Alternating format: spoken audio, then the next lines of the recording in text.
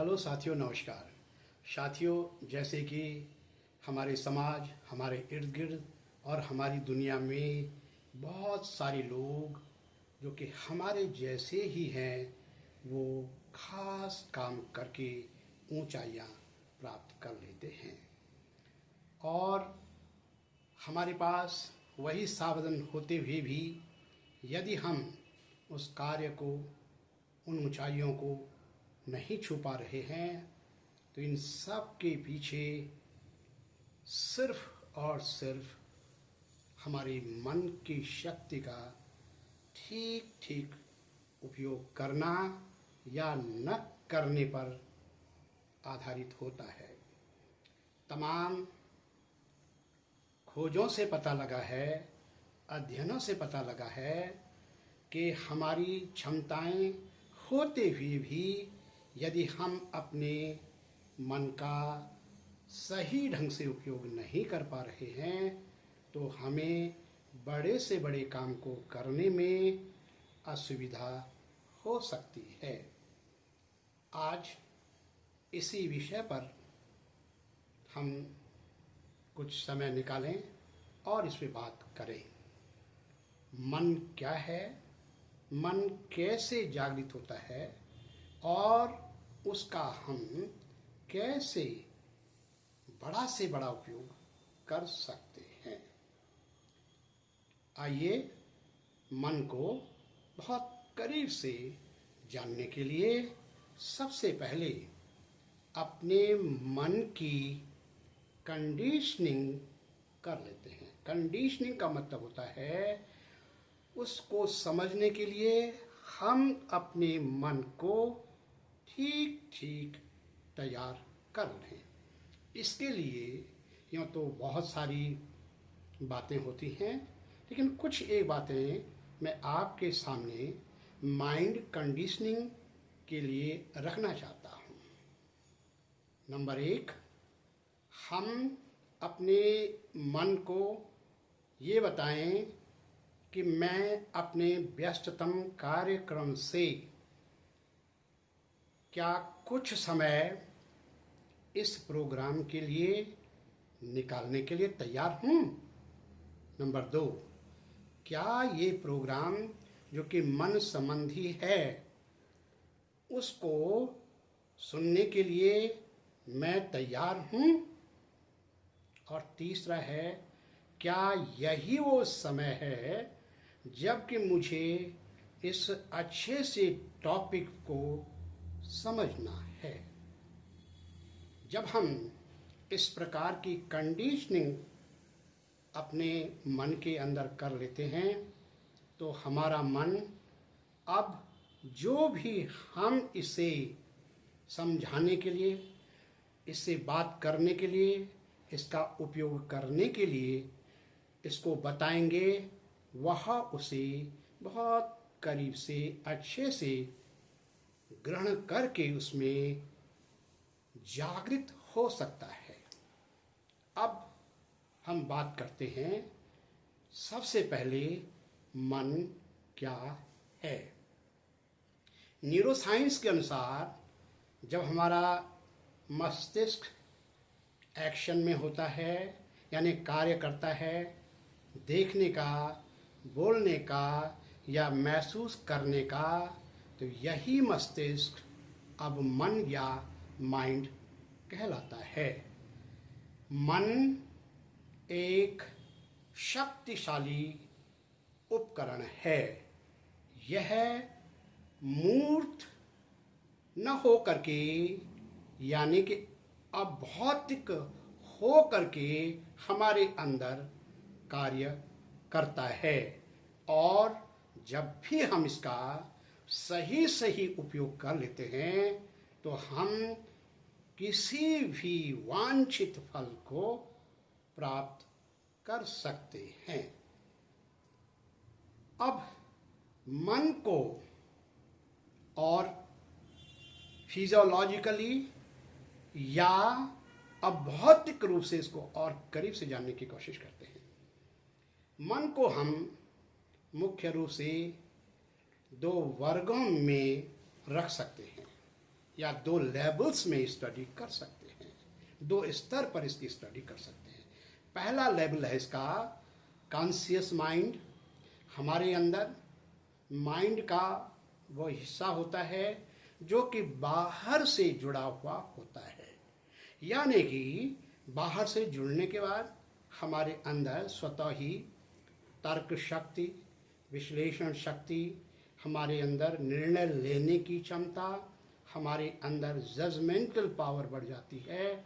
इसके साथ ही साथ हमारे अंदर वो विषय जो तर्क संबंधी होते हैं, जैसे गणित और साइंस को, ये हमारा मन प्रदर्शित करता है, इसको डील करता है, उससे जुड़ जाता है। दूसरा भाग है मन का अवचेतन मन। ये अवचेतन मन हमारी अंतर आत्मा का हिस्सा भी माना जाता है और इसके अंदर सृजनात्मक कार्य करने की क्षमता होती है, नवाचार करने की क्षमता होती है, कुछ कलाकारी दिखाने की इसमें शक्ति होती है। और इसके अंदर सबसे बड़ी बात यह है कि ये चीज़ों को जैसा इसको बताया जाता है वैसे ही ये घटना के रूप में परिवर्तित करने की शक्ति इसमें होती है।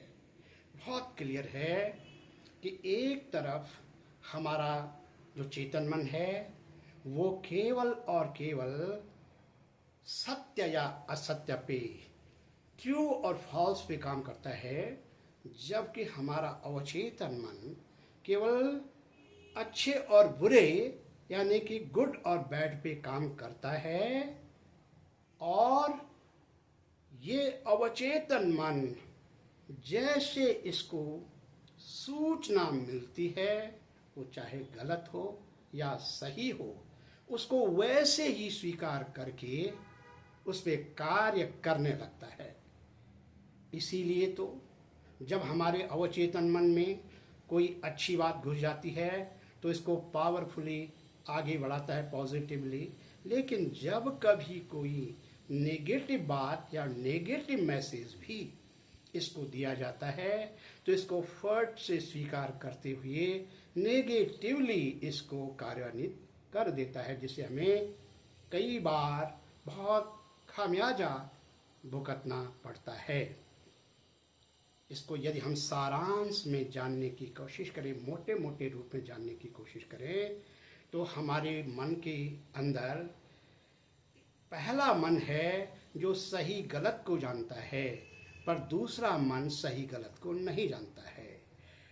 पहला मन अच्छे बुरे को नहीं जानता है, पर दूसरा बड़ा मन वो सही गलत को जानता है।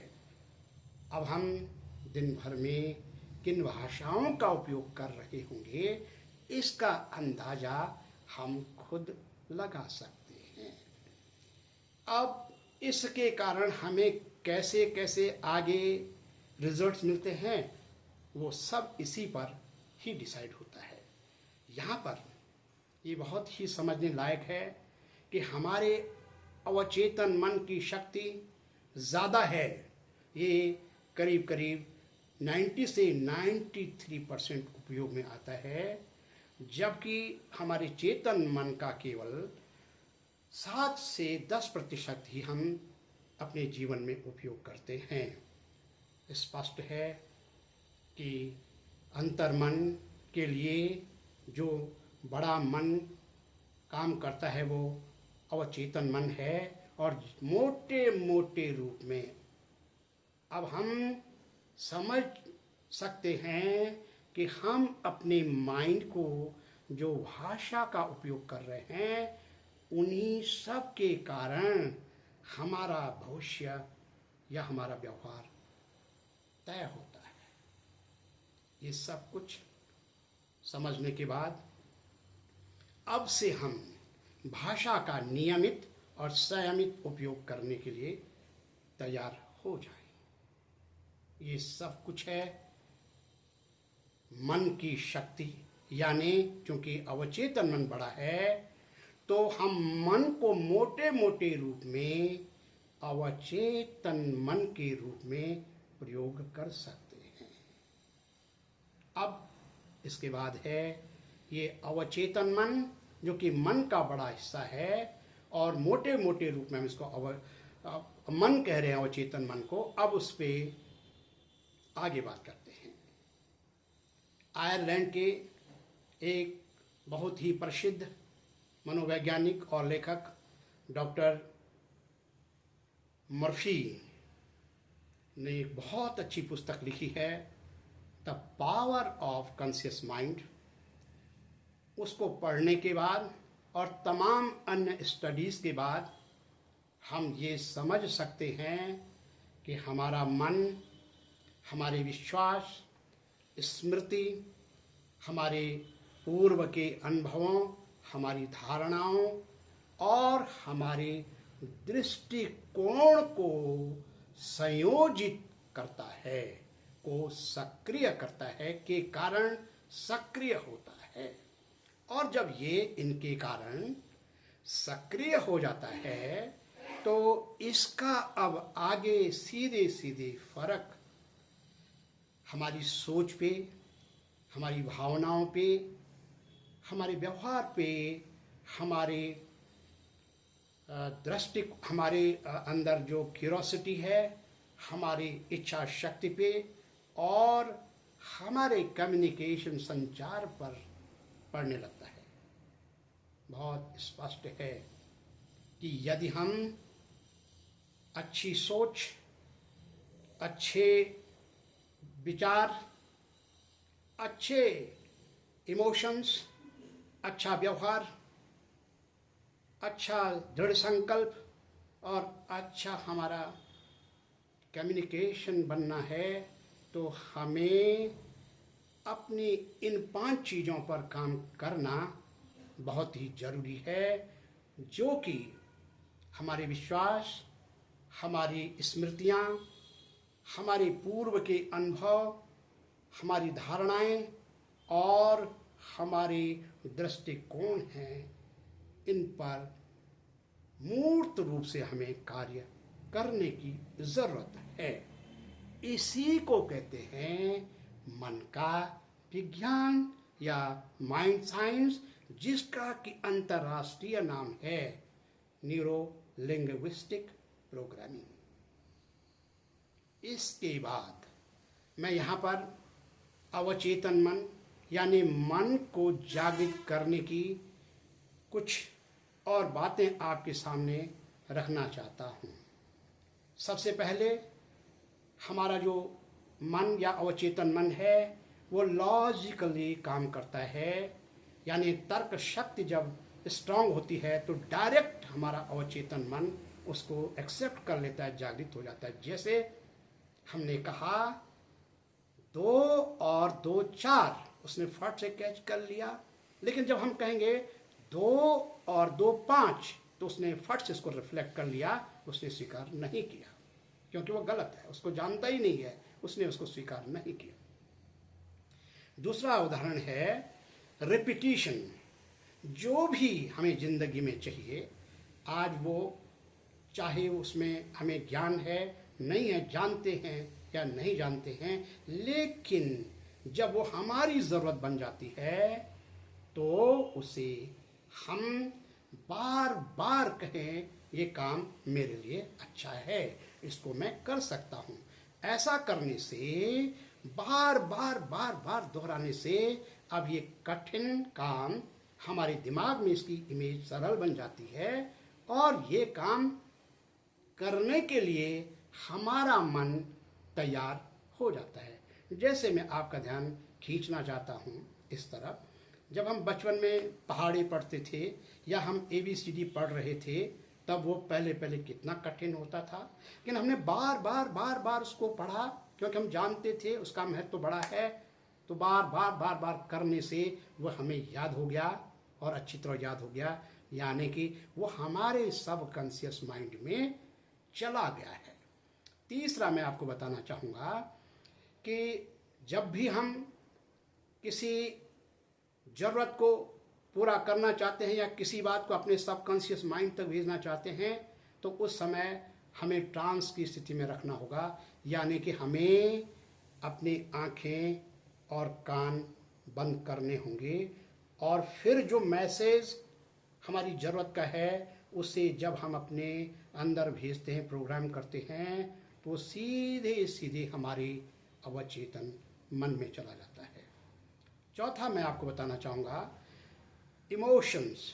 जब हम बहुत दुख की घड़ी में होते हैं या सबसे सुख की घड़ी में होते हैं, सबसे ज़्यादा चिंता में होते हैं या सबसे ज़्यादा खुशी में होते हैं, उसका जो क्लाइमेक्स होता है, उस समय जो भी व्यक्ति या जो भी सराउंडिंग हमारे बाहर होता है, उसका जो भी सुझाव हमारे लिए होता है, वो सीधे सीधे वो मैसेज हमारे सबकॉन्शियस माइंड में इम्प्रिंट हो जाता है। अच्छे से याद करिए, जब आप किसी बहुत अच्छे प्लेजर में, खुशी के मौके पे थे, तब किसी ने आपको उस समय बधाई दी या कोई बात कह दी आपसे, या जब आप दुख की घड़ी में, कष्ट में थे, तब उस समय किसी ने आपको कहा उठिए या मोटिवेट कर दिया, अभी भी आपको याद है। यही सब कुछ तो है सबकॉन्शियस माइंड का जागृत होना। इसके बाद मैं पांचवी बात आपके सामने रख रहा हूं कि हमारा जो सबकॉन्शियस माइंड है वह अर्जेंसी पे ज़्यादा काम करता है। जो चीज़ें अर्जेंट होती हैं, जो मैसेज अर्जेंट होते हैं, उसमें हमारा अवचेतन मन ज़्यादा अच्छे से जागृत हो जाता है। जैसे एक एग्जामिनेशन है या इंटरव्यू है और सूचना आई कि ये इंटरव्यू आपका 1 महीने बाद होना है, तो क्या होता है? सामान्य सूचना है। लेकिन वही सूचना जब इस प्रकार से रखी जाती है कि ये इंटरव्यू या ये एग्जामिनेशन जो कि बहुत बड़ा है आपके लिए, ये आज शाम को 3 बजे से होना है। अब क्या हुआ? बहुत क्लियर है, ये मैसेज अब अर्जेंट बन गया और इसकी ज़रूरत हमें ज़्यादा है, तो ये सीधे सीधे ये मैसेज हमारे सबकॉन्शियस माइंड में चला गया और ये वहाँ उसको जागृत करने लग गया हमारी क्षमताओं को, और हम तैयार हो गए। अगला छठवां मैं आपके सामने बताना चाहता हूँ, जब हाई कमांड होता है हमारे पास, हमारा ऑर्डर होता है, हाई ऑर्डर, हमारा कोई बॉस है जिसको हम बहुत ज़्यादा मानते हैं, उनका एक मैसेज आ जाता है, हमारी ड्यूटी माना कि 4 बजे तक है, और 3:45 जैसे ही हम घर के लिए तैयार होते हैं आने के लिए, तब तक 3:45 बजे एक मैसेज आ जाता है बॉस का कि मैं आपके डिपार्टमेंट में 4:30 बजे एक इंस्पेक्शन के लिए आ रहा हूँ। जैसे ये सूचना आती है, हम इसको फट से स्वीकार कर लेते हैं, उसके अनुसार हम अपने आप को तैयार रखते हैं। यही तैयारी तो सबकॉन्शियस माइंड का जागृत होना होता है। इसके बाद मैं 7वां बिंदु आपके पास रखना चाहता हूँ, ये है सबकॉन्शियस माइंड के सामने जो हम प्रस्ताव रख रहे हैं, जो सूचनाएं भेज रहे हैं, उसको छोटे छोटे टुकड़ों के रूप में रखें। ये काइजन मॉडल भी है, उसको छोटे छोटे टुकड़ों के रूप में बताएं। बड़ी बात को सबकॉन्शियस माइंड नहीं समझ पाता है, कंफ्यूजन क्रिएट होता है। जैसे हम कोई मैसेज दे रहे हैं तो हम उसको एकदम लंबा न कहें, हम उसको शॉर्ट इजी बना के दिखाएं। जैसे उदाहरण के लिए मैं बता रहा हूं आपको कि मैं इस काम को अभी और अभी निभाऊंगा क्योंकि ये मेरे लिए सबसे आवश्यक है। बहुत सरलता से मैंने बात बताया, क्लियर पिक्चर उसके सबकॉन्शियस माइंड में भेजी और वो उसको स्वीकार कर रहा है। और इस प्रकार से 8वां बिंदु मैं आपके सामने रख रहा हूं कि जो भी हमारी रिक्वायरमेंट हो, जो भी काम हम अपने सबकॉन्शियस माइंड से करवाना चाहते हों, उसकी क्लियर पिक्चर, इंटरनल रिप्रेजेंटेशन इसको कहा जाता है, अपने नियोकॉर्टेक्स ब्रेन में बताएं। क्योंकि जब मैसेज क्लियर नहीं होता है, उसको आप कितनी भी जोर से बताइए वो नहीं समझता है। यहाँ पर मैं इस बात को फिर से एक बार दोहराना चाहता हूँ, जो भी हमारी इच्छा है उससे काम करवाने के अपने सबकॉन्शियस माइंड से, उसको क्लियर शब्दों में एग्जैक्ट शब्दों में उसको पिक्चराइज करना है, बताना है। जब वो पिक्चर बहुत क्लियर हो जाती है तो हमारा सबकॉन्शियस माइंड उसको एक्सेप्ट कर लेता है और अब उसकी पावर बढ़ने लगती है, यानी वो जागृत होने लगता है। और इसके अंतिम 9वां बिंदु है, हमें ये प्रैक्टिसेस बार बार करनी चाहिए। दिन में जितना भी हो, बार बार हर काम के लिए कार्य करने से पहले हम अपने माइंड की कंडीशनिंग इस प्रकार से कर सकते हैं जिससे कि हमारा माइंड स्थितियों में काम करने के लिए तैयार हो जाता है और हम मजे मजे से उस काम को अपने टैलेंट के हिसाब से पूरा कर लेते हैं। अतः माइंड के यानी सबकॉन्शियस माइंड के जागृत करने के लिए जो यहाँ पर बातें रखी गई हैं, बताई गई हैं, हम सब के लिए हमारे डेली लाइफ में ये बहुत ही महत्वपूर्ण सिद्ध हो रही हैं। लगातार जब हम अपनी डेली लाइफ में इन तमाम टेक्निक्स का यूज़ करेंगे तो कई लंबे समय के बाद हम देखेंगे कि हमारा पूरा आधिपत्य हमारे सबकॉन्शियस माइंड यानी कि माइंड पर हो चुका है। हम जिंदगी में जो भी कार्य करना चाहते हैं उसको हम अपनी माइंड पर मास्टरी करके कर सकते हैं। धन्यवाद।